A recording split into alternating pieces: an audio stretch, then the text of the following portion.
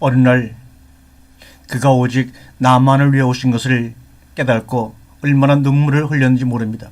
그래서 오늘 제목을 어느 날 그가 오직 나만을 위해서 오셨네 라는 제목으로 은혜의 말씀을 나눠볼까 합니다. 하나님이 어디에 계신가? 인간이 괴로워하고 고통을 받을 때 하나님은 도대체 어디에 계신가? 당신이 고통받고 내가 고통받을 때 하나님은 어디에 계신가? 우리는 우리만의 고통의 이야기가 있습니다. 암에 걸렸을 때, 사람에게 배신을 당했을 때, 가난의 고통을 당했을 때, 기쁨이 죄책감에 의해 억압이 될 때 하나님은 어디 계신가? 하나님은 여기 계십니다. 이것이 십자가의 중심 주장입니다. 이 세상의 고통과 괴로움과 죄는 최종적으로 십자가로 인도될 수밖에 없습니다.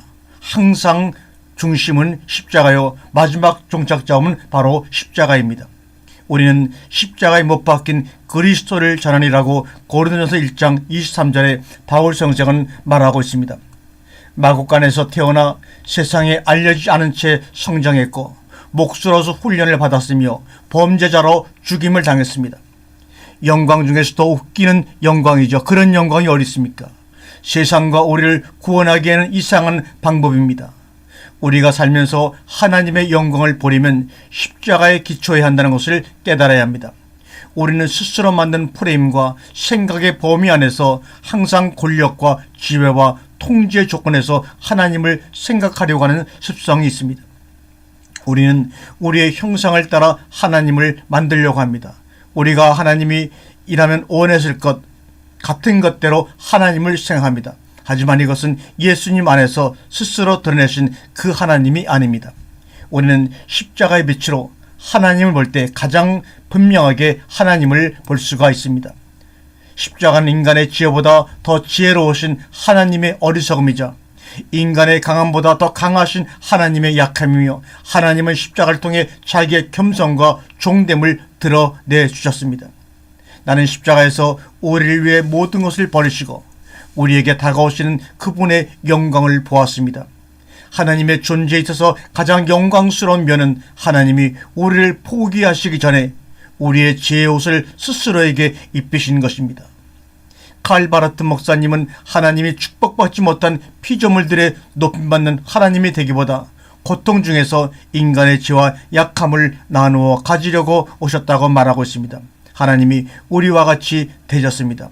우리 중 하나같이 되셨습니다. 그리고 우리는 그분의 영광을 보았습니다. 영광은 그분이 우리 집에 오시기 위해 하늘 영광을 포기하시고 오셨다는 것입니다. 영광은 그분이 약하고 약한 우리 육체 속에 스스로를 감추셨다는 것입니다. 영광은 어느 날 그가 오직 나만을 위해 오셨다는 것입니다. 말씀이 육신이 되어 우리 가운데 거하심에 우리가 그 영광을 보니 아버지의 독생자의 영광이요 은혜와 진리가 충만하더라고 얘기하고 있습니다. 만군의 주께서 자발적으로 만물 안에서 어머니와 아버지께 순종하셨을 때 우리는 그분의 영광을 보았습니다.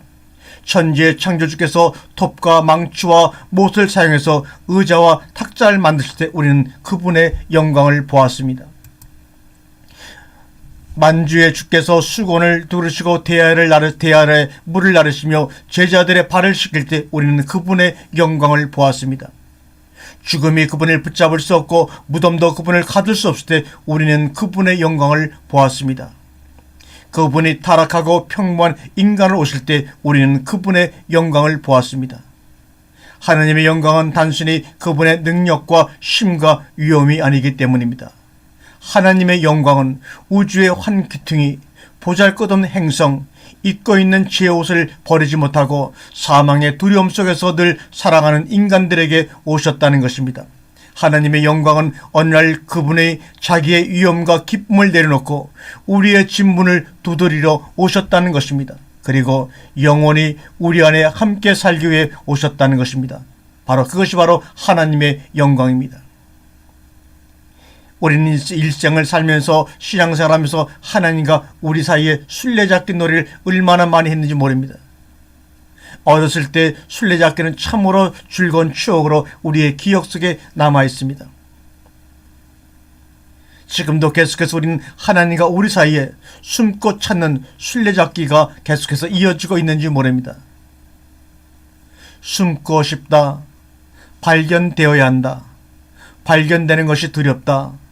나는 그를 피했다. 밤낮으로. 나는 그를 피했다. 수년 동안. 나는 그를 피했다. 내 마음속 미로를 따라.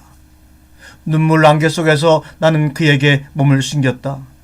연속된 웃음소리를 뒤로하고 하나님과 우리 사이에 술래잡기 놀이가 시작이 되었습니다. 하나님은 우리의 마음속에 들어오시면서 아담아 아담아 한구나 내가 어디 있느냐 물으십니다. 왜 그 질문을 하셨을까요? 전지하신 분이 혼동을 하셨을까요?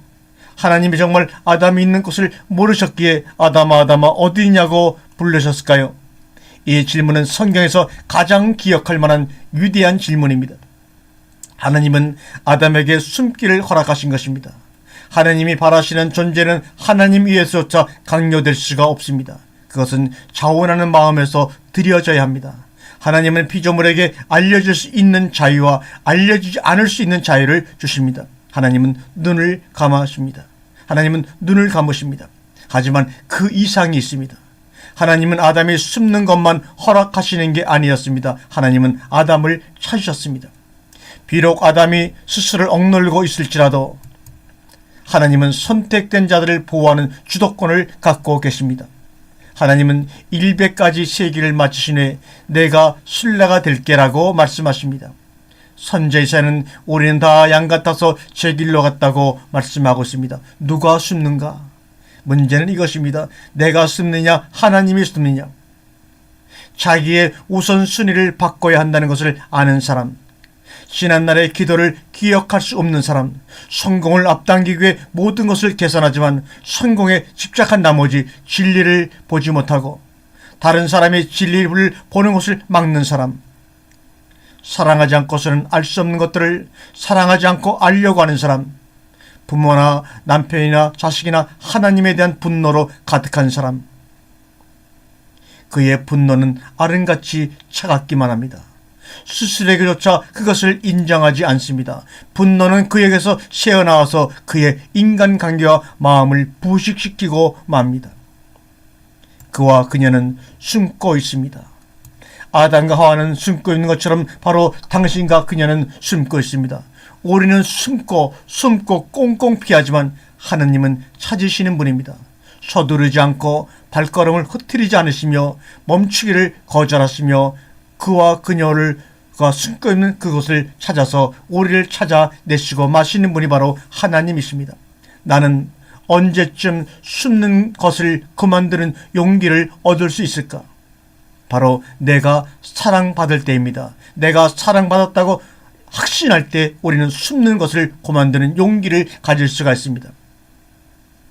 우리가 오페라 유령에서 유령은 무섭게 일그러진 자기 얼굴을 숨기기 위해 가면을 씁니다.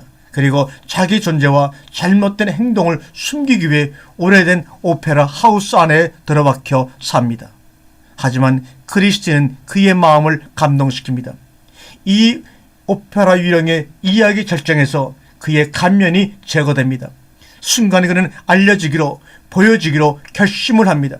그는 자기 얼굴이 선뜻하게 생겼다는 것을 알기에 크리스틴이 공포에 질려 소리를 칠 거라고 생각하지만 그녀는 그러지 않았습니다. 그녀의 마음은 긍휼과 동정으로 감동되었습니다. 크리스틴은 도망가지 않았습니다. 그녀는 그의 흉한 얼굴에 부드럽게 입을 맞추었습니다. 그녀의 사랑이 그를 변화시켰습니다. 적어도 조금은 말입니다. 그는 그녀를 보내줄 수 있었습니다. 그녀에게 자유를 줄 수도 있었습니다. 그것이 그의 꿈의 마지막임을 알면서도 말입니다. 잠시 동안 그가 숨기를 그쳤을 때 그는 있는 그대로를 드러내고 사랑받을 수가 있었습니다. 비록 그가 대단하게 추하게 생겼다 해도 먼저 가면이 벗겨져야 합니다. 그러면 사랑이 심장을 꿰뚫을 수가 있습니다. 대저 나는 여호와 하나님이요 이스라엘의 거룩한 자여 내 구원자임이라. 내가 내 눈에 보배롭고 존귀하며 내가 너를 사랑하였은즉 바로 여러분과 저를 향한 하나님의 고백입니다. 내가 내 눈에 보배롭고 존귀하며 내가 너를 사랑하였은즉. 내가 생각하는 하나님이 아닌 하나님 그분 자신에게 기도해 보십시오. 이 차이를 기억할 때 하나님 그분 자신에게 드리는 기도는 사탄이 가장 꺾고 싶어하는 가장 위험한 기도요, 우리에게는 가장 위대한 기도가 될 것입니다. 내가 생각하는 하나님이 아닌 하나님 그분 자신에게 여러분이 기도해 볼 때 여러분의 기도는 세상을 변화시키며 여러분의 삶을 변화시키는 가장 위대한 기도로 남을 것입니다. 아멘.